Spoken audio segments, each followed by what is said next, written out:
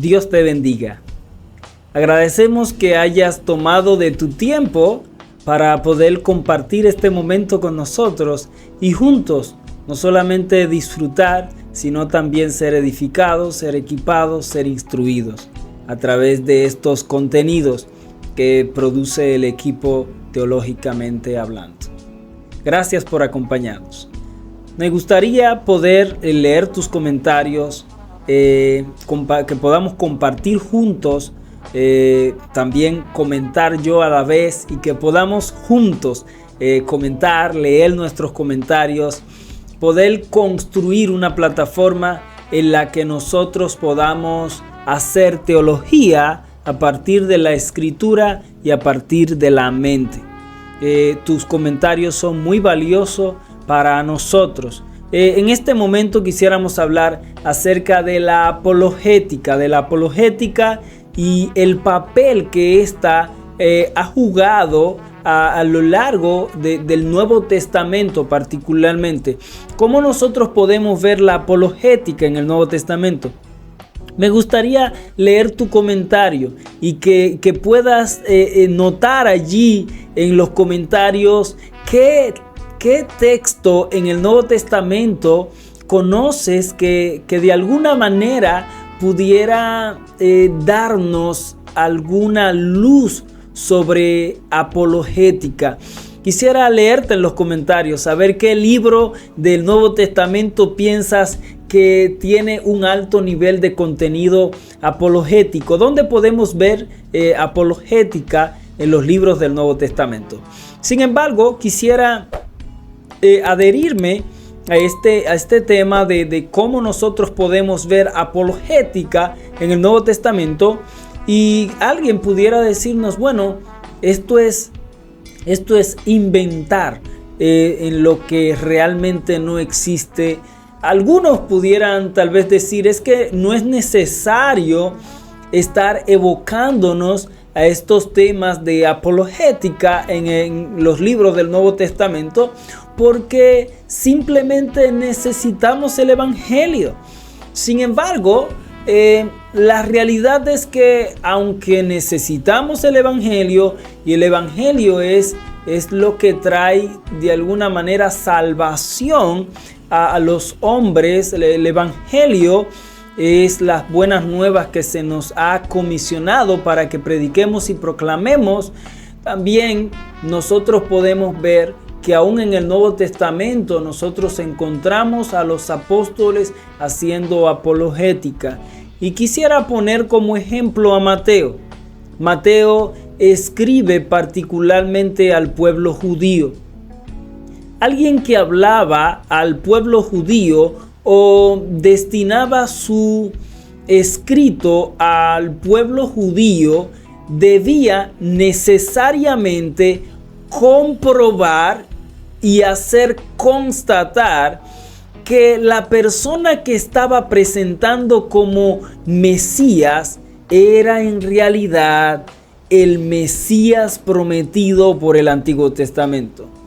Nadie, ninguna persona que no sea capaz de comprobar a través de los escritos del Antiguo Testamento que la persona a la que estaba haciendo referencia estaba siendo de alguna manera, de alguna forma, cumplido los acontecimientos, los hechos y la vida de esta persona, un cumplimiento específico en el Antiguo Testamento, entonces no existía forma alguna de comprobar a los judíos que esa persona era el Cristo, el Mesías.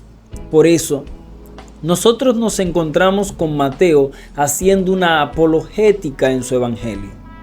Y digo una apologética porque el libro de Mateo tiene alrededor de 70 citas del Antiguo Testamento y el 92% de estas citas del Antiguo Testamento están allí para verificar, constatar y validar que aquello que estaba escrito en el Antiguo Testamento estaba teniendo su cumplimiento en la persona de Cristo Jesús.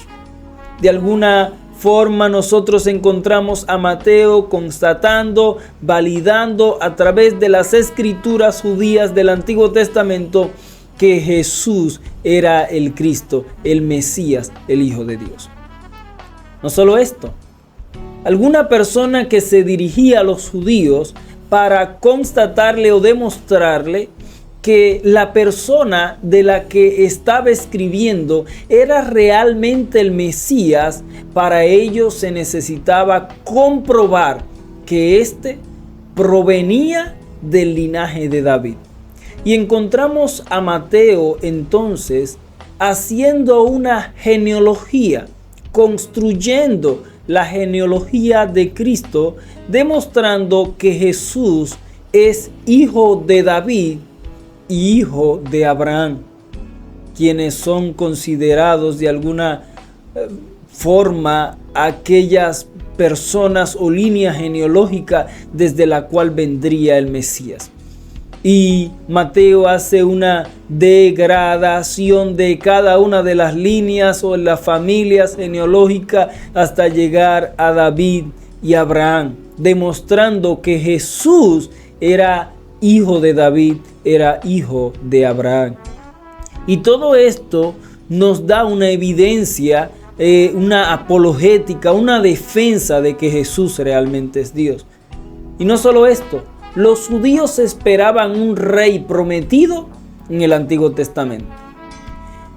Los judíos en las sinagogas tenían un gran conflicto.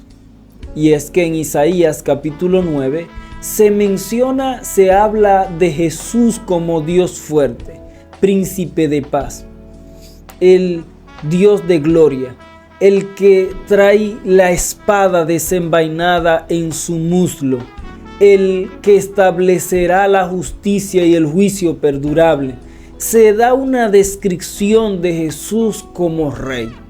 Isaías capítulo 53, en cambio, presenta a Jesús como cordero que es llevado al matadero, como cordero que no abrió su boca.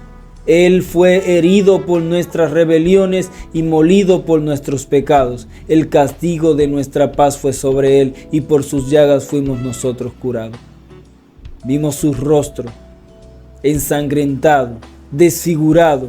No había hermosura en él, sin atractivo para que le deseemos. Y vimos su rostro, pero nosotros escondimos de él el rostro. Fue tal la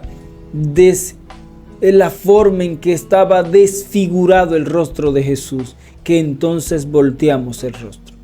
Estamos viendo de alguna forma una especie de paralelo entre Jesús como el rey en Isaías capítulo 9 y Jesús como un cordero que no abre su boca en Isaías capítulo 53. En las sinagogas esto era un tremendo problema al momento de leer estos dos capítulos. Así que los judíos decidieron dejar de leer Isaías 53 porque ellos preferían quedarse con Jesús presentado como un rey. Dentro de ese contexto entonces, Mateo se dedica a presentar a Jesús en su evangelio como el rey prometido del Antiguo Testamento que provenía del linaje de David y del linaje de Abraham. Así que nosotros observando esto nos damos cuenta que Mateo hace una apologética acerca de Jesús como el Mesías, el rey prometido. Marcos es el evangelio donde inmediatamente Jesús entra en acción. Es un evangelio que no se detiene a dedicar largo tiempo en la descripción genealógica de Jesús, en su nacimiento y cosas por el estilo. Es un evangelio que rápidamente entra en acción, pero también es un evangelio corto. Es un evangelio dirigido a los romanos. Los romanos eran personas muy dedicadas a la guerra. No eran personas que se dedicaban a leer largos escritos. eran personas aguerridas, y por eso nosotros vemos a Marcos presentando su evangelio, presentando a Jesús en su evangelio como alguien que está constantemente obrando milagros, que está atando los demonios, las potestades de las tinieblas y demás. Y de ahí que Marcos presenta a Jesús como el conquistador poderoso. Y todo esto entonces nosotros lo podemos ver porque Marcos hace algunos cambios, algunas interpretaciones dentro del mismo libro en el que él vierte las monedas judías al valor de las monedas romanas. De modo que Marcos está dirigiendo su escrito a un público en particular y está intentando mostrar de Jesús ese cuadro que de alguna manera se identificaba con la cultura romana. Pero pensemos en un instante en Lucas, que escribe a los griegos. Los griegos eran muy dados a la sabiduría, al conocimiento, a la inteligencia. Y vemos que en Lucas se presenta de Jesús el evangelio más detallado que nosotros podemos encontrar en el Nuevo Testamento.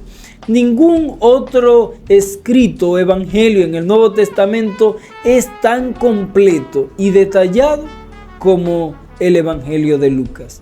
Y de ahí que Lucas presenta a Jesús como el Hijo del Hombre. No el hijo de un hombre, sino el Hijo del Hombre. Esto es el Hijo de los hombres, pero que está por encima de todos los hombres.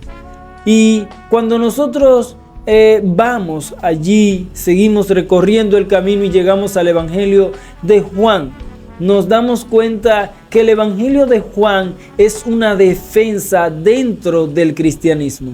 Y es que el Evangelio de Juan es único en la forma en que comparte su mensaje. Juan está demostrando que Jesús es Dios hecho carne.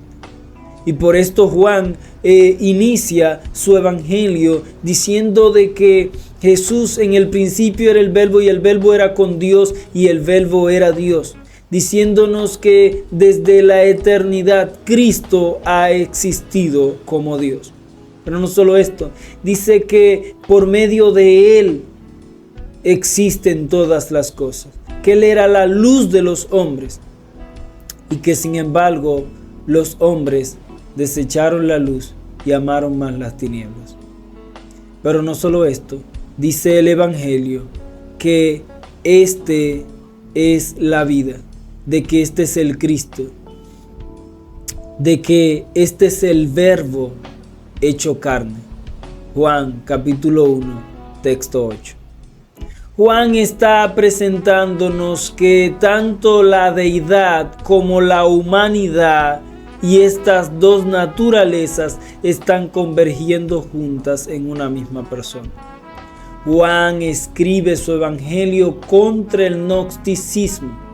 El gnosticismo piensa que el cuerpo es malo, el cuerpo es perverso, el cuerpo es corrupto. No es posible para el gnosticismo vivir una vida íntegra, correcta y santa y tener un cuerpo humano. Pero en el Evangelio de Juan vemos que este demuestra que Jesús es Dios a través de los milagros, a través de el gran discurso sobre el Verbo que vemos en el capítulo 1 y vimos su gloria, gloria como del unigénito del Padre, lleno de gracia y de verdad. Juan demuestra que Jesús es completamente Dios dentro de un frasco de humanidad. Esto entonces nos dice que Juan está haciendo una apologética en medio de un tiempo en el que el cristianismo está apenas naciendo y está siendo bombardeado por diferentes francos. Estos hacen apologética. Pero en el libro de los Hechos donde Lucas hace una apologética del cristianismo. Y esto es fácil determinarlo tan solo leyendo los primeros 3 versículos del libro de Hechos capítulo 1, donde Lucas principia su escrito del libro de los Hechos escribiéndole a alguien llamado Teófilo, y le escribe con el epíteto de excelentísimo. Esto al parecer es porque Lucas está dirigiendo este escrito a alguien que tenía una alta posición social dentro del círculo político o magisterial de esa época. Y Juan, o Lucas, disculpen, está presentando todas las evidencias históricas de cómo el cristianismo no solo ha nacido, sino cómo se ha ido desarrollando y los argumentos que se han venido presentando al inicio de su desarrollo. Y todo esto entonces se convierte en una apologética. No solo esto, pensemos en el apóstol Pablo. El apóstol Pablo, por ejemplo, lo encontramos en el Areópago de Atenas, allá, a donde había muchos altares a diferentes dioses y un altar al Dios no conocido. Pablo inicia su arenga diciendo: el Dios no conocido es el Dios al que yo sirvo. Él es el Dios que creó todas las cosas. Por Él andamos, vivimos y existimos y somos. Pablo está presentando una apologética frente a muchos dioses al Dios verdadero. Entonces, esto es apologética. Y si Pablo y cada uno de los evangelistas hicieron apologética, esto nos indica entonces que nosotros debemos asumir un compromiso fiel con defender el evangelio. Me gustaría que allí en tu dispositivo puedas comentar, puedas agregar en los comentarios qué otro pasaje de la Escritura y particularmente del Nuevo Testamento conoces donde se hizo apologética, donde hubo una argumentación apologética, alguna defensa apologética, que podamos compartir todos en comunidad y podamos aprender juntos acerca de pasajes a donde podemos ver, encontrar apologética, podemos descubrir argumentos, asuntos apologéticos y demás. Y quisiera, dentro de este mismo paréntesis, poder presentar el libro o la epístola a los hebreos. La epístola a los hebreos, aunque para algunos tal vez no se habían dado cuenta, la epístola a los hebreos es un libro de carácter o con un tenor apologético. Ningún otra epístola en el Nuevo Testamento ha escrito tanto sobre el Antiguo Testamento como la epístola a los hebreos.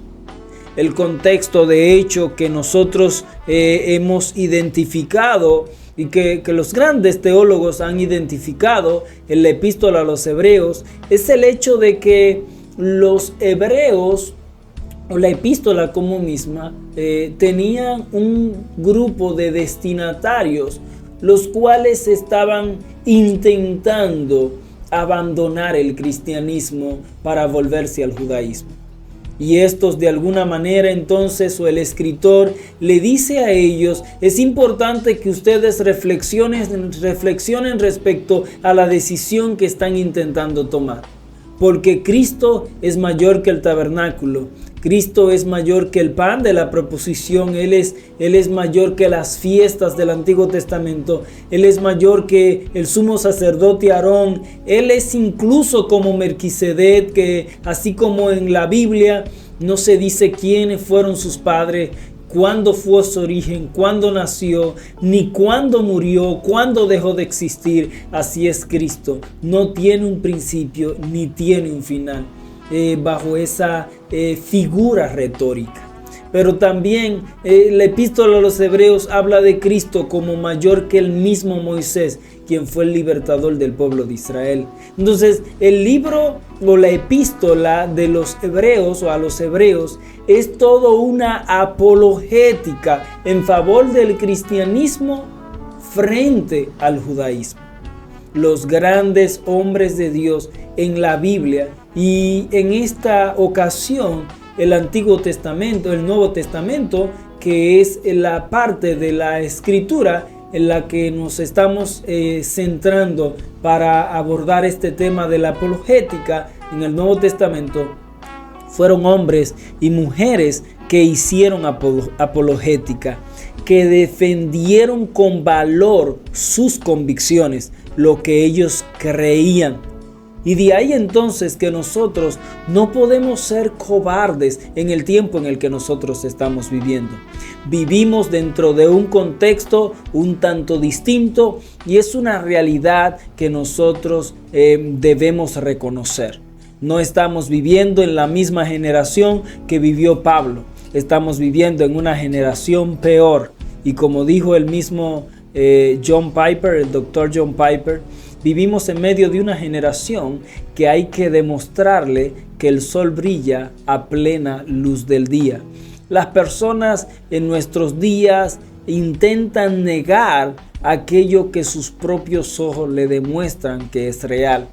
Y hablando de esto, pudiéramos pensar en la primera epístola a los Corintios, capítulo 1, textos 23 en adelante, donde el apóstol Pablo hace una defensa precisamente en favor del evangelio frente a los griegos. Los griegos buscaban sabiduría, los griegos buscaban elocuencia, y pensar en que el evangelio habla acerca de un Dios que desciende, o del Dios que desciende del cielo y muere en una cruz para salvar al hombre. Para el griego esto era algo ignominioso, era algo menospreciable. Esto era imposible que pudiese encajar dentro de la mente humana y de la filosofía, que Dios se rebajase a la condición de convertirse en un hombre y morir en una cruz de la manera más despreciable posible para salvar al hombre. Esto no era coherente dentro de la filosofía griega. Y entonces el apóstol Pablo, por ejemplo, les dice que los judíos buscan señales y los griegos buscan sabiduría, mas Dios se ha propuesto entonces salvar tanto a judíos como a griegos a través del evangelio. No existe otra manera. Y de hecho, el mismo apóstol Pablo dice, ya que el hombre a través de la propia sabiduría humana no le fue posible poder ver a Dios, entonces Dios se ha propuesto salvar al hombre a través de la locura de la predicación. Y me explico en este sentido. La apologética que hace Pablo es la siguiente: el mundo, la creación, la luna, el sol, los astros, los mares, la vegetación, los animales, la atmósfera, la gravedad, la complejidad del cuerpo humano, y todas estas cosas nos indican necesariamente que debe de existir un arquitecto, un creador detrás de todas estas cosas. Sin embargo, dice el texto que el hombre se emboteció, el hombre se hizo inútil en su propio razonamiento humano, diciendo que no existe lo que sus propios ojos le dicen. Existe, es real y es la única explicación coherente. Entonces, Pablo está haciendo una apologética directa contra sus detractores. No nos quedemos callados. mientras están diciendo cosas falsas de nuestro Padre. Esto es una realidad que debemos vivir cada día constantemente. Y me gustaría que en los comentarios tú puedas comentar por qué crees, por qué entiendes que los cristianos hoy no hacen apologética. ¿Por qué se ha disminuido cada día ese celo por defender la verdad de Dios? ¿Por qué hoy tantos guardan silencio mientras otros abren su boca negando la existencia de Dios? Me gustaría leer en los comentarios, me gustaría saber qué opinas, qué piensas, cuáles son las razones, cuáles son los motivos por el que cada día menos cristianos se comprometen en defender sus creencias, en defender sus convicciones, en defender la Escritura y las verdades de las Escrituras. Aunque la sociedad, muchos líderes mundiales han abierto su boca diciendo que el aborto no es malo, como lo han dicho a lo largo del tiempo la iglesia, aunque muchos han dicho que la homosexualidad es algo que debemos permitir y tolerar, nosotros deberíamos reflexionar respecto a cuál es nuestra respuesta frente a esta sociedad. Nosotros no podemos quedarnos en silencio mientras el enemigo abre su boca, mientras el enemigo está tratando de contaminar el mundo con su inmoralidad. Nosotros no podemos guardar silencio. Nosotros debemos de levantar nuestra voz, porque en favor nuestro está el león, el que ruge a gran voz, el que tiene una voz potente, el que su voz es como el estruendo de muchas aguas, el que tiene el poder en su boca.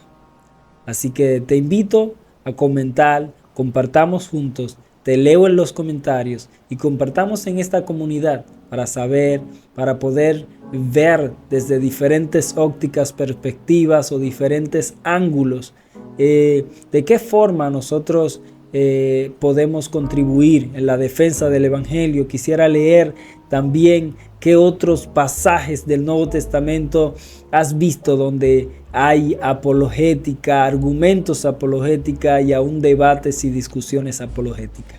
Quiero darte las gracias por acompañarnos en esta comunidad de YouTube de Teológicamente Hablando. Si no te has suscrito, te invito a que puedas suscribirte a este canal, activar las notificaciones, mantenerte al tanto de los contenidos que nosotros vamos subiendo temporalmente y que puedas también ser edificado, puedas ser instruido y puedas ser equipados en estas verdades tan importantes que están llegando a nuestras vidas y que están transformando el corazón y la vida de tantas personas y ha equipado ya a miles de personas alrededor del mundo. Así que Dios te bendiga mucho. Muchas gracias.